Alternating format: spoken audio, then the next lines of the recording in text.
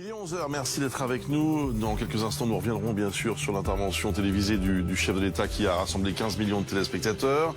Mais d'abord, le fléau des rodéos urbains. À Brest, un homme a été poignardé dimanche pour avoir tenté de s'interposer et tenté d'interrompre un rodéo urbain en pleine rue. C'est ce qu'il affirme en tout cas. Une enquête a été ouverte par le parquet de Brest. Nous accueillons Denis Jacob qui est secrétaire général du syndicat Alternative Police. Bonjour. Bonjour Toussaint. Merci d'être avec nous.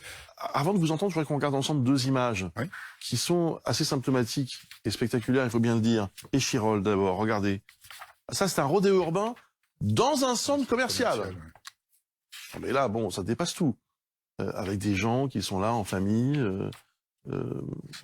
probablement, qui viennent faire des courses, des enfants. Et puis Bordeaux.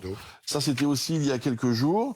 Un automobiliste de 32 ans qui a perdu le contrôle de son véhicule lors d'une course de voiture sauvage, hein, c'est pas des motos. 13 blessés. Il a été mis en examen et vous avez également Saint-Herblain.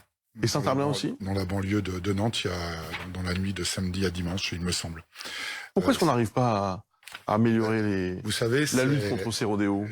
Les rodéos urbains, c'est très compliqué à traiter.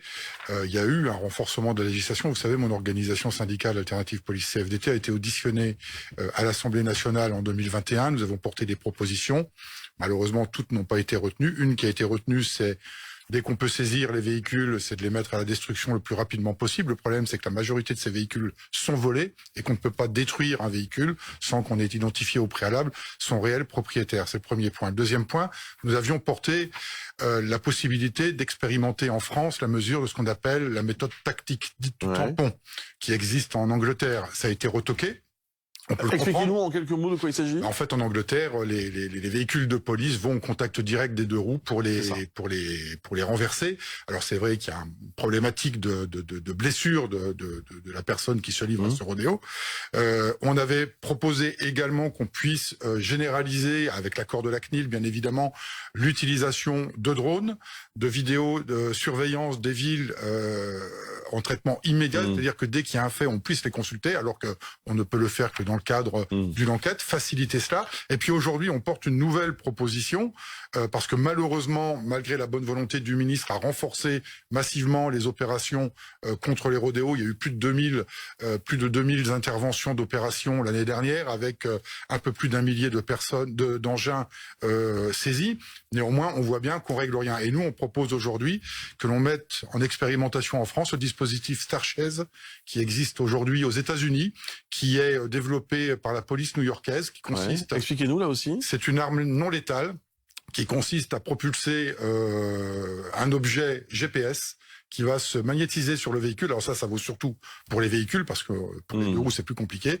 Mais ça permet d'envoyer un outil GPS magnétisé sur le véhicule et ensuite de pouvoir le tracer et d'aller procéder à l'interpellation de l'individu a posteriori. Expliquez-nous, c'est dangereux, bien sûr, mais en plus, est-ce qu'il n'y a pas pour les forces de l'ordre un sentiment un peu d'humiliation lorsqu'ils essayent de lutter contre ces rodéos? C'est surtout un sentiment d'impuissance, parce que le problème, c'est que si on n'intervient pas, et malheureusement, la victime du reportage le dit très justement, a le sentiment que la gendarmerie et la police ne font rien. Le problème, c'est que si on ne fait rien, on dit qu'on ne fait rien, et si on intervient et que malheureusement, ça se traduit par un drame, on va encore, une fois de plus, être taxé d'avoir commis des violences policières.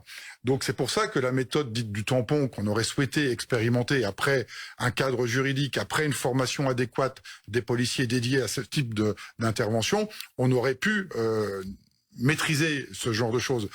Nous, on part du principe qu'il faut neutraliser, interpeller et déférer auprès de la justice. Aujourd'hui, on ne le peut pas. Alors bien évidemment qu'on peut multiplier les opérations anti-rodéo autant de fois que l'on veut, et on fera de la prévention. Ça, c'est un fait, mais malheureusement, en termes de répression, c'est très compliqué aujourd'hui.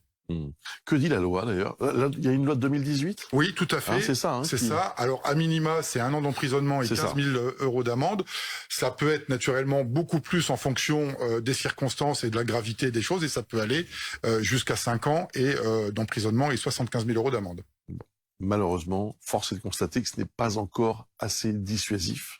Non, je pense que les pouvoirs publics et les législateurs doivent vraiment prendre ce sujet-là à bras le corps et puis apporter des réponses juridiques de répression pour y mettre un terme. Merci beaucoup, Denis Merci Jacob. Merci pour vos explications et nous suivons évidemment ces actes, notamment donc ce qui s'est passé à Brest avec ce témoignage qui était particulièrement émouvant il y a quelques instants.